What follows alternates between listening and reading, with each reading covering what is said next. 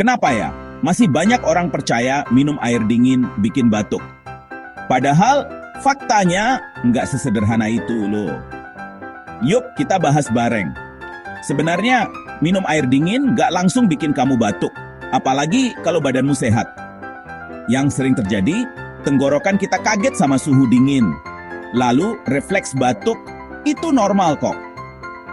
Jadi batuk sesaat setelah minum es itu cuma reaksi tubuh, bukan karena masuk angin. Tapi kalau kamu sering batuk setelah minum dingin, apalagi disertai gejala lain, bisa jadi tenggorokanmu lagi sensitif atau memang sedang infeksi. Intinya, minum air dingin nggak masalah, asal nggak berlebihan dan tetap jaga kesehatan ya.